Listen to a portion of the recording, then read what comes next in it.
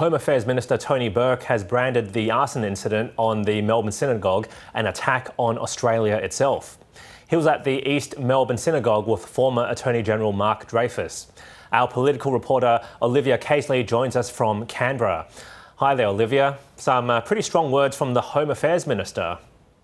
Yeah, he spoke very strongly a short time ago on the steps outside this East Melbourne synagogue. We do know that a man has been charged in relation to this arson attack on Friday night, and ultimately there were people inside observing Shabbat, but fortunately no one was hurt in this incident. There was also a separate attack on a kosher restaurant nearby, so Tony Burke made it clear that it's not yet to be seen really whether both were coordinated, but ultimately both are being treated by authorities as anti-Semitic in nature.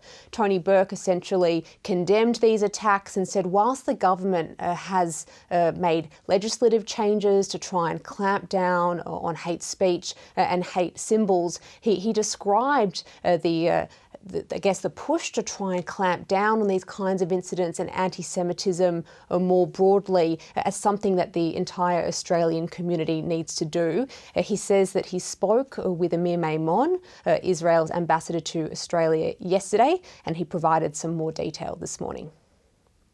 What we see in the door that's behind me is an attack on Australia. That's what it is. When people have said, and there's been some reporting, that no one was physically injured, that doesn't mean no one was harmed. The community here was harmed, the Jewish community in Australia was harmed, and we were harmed as a nation.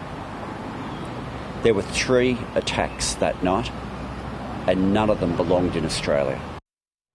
And Olivia, can you tell us what reaction we've seen to this incident? There's been widespread condemnation from all sides of politics. We heard from the Prime Minister, Anthony Albanese, last night, essentially condemning this incident, saying this isn't the kind of behaviour he wants to see in Australia. We've also heard some commentary from overseas, with the Israeli leader Benjamin Netanyahu calling on the Albanese government to try and stamp out any forms of anti-Semitism. Within a political lens, anti-Semitism and a spate of recent attacks did become a political flashpoint during the first term of the Albanese government, and we saw the coalition repeatedly arguing that the government had been too slow to respond to an increase in anti-Semitic attacks. We heard a similar line from Melissa McIntosh this morning. She is the Shadow Minister for Women. She says that senior members of the opposition wrote to the Prime Minister about a month ago, essentially calling for a national cabinet meeting specifically to clamp down on this issue, and here she was earlier. Why are we in this position?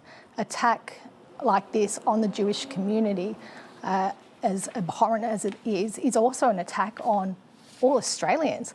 It's an attack on our values. It's an attack on our social cohesion. There are wonderful Jewish people right through our history that have contributed to making Australia the place it is today.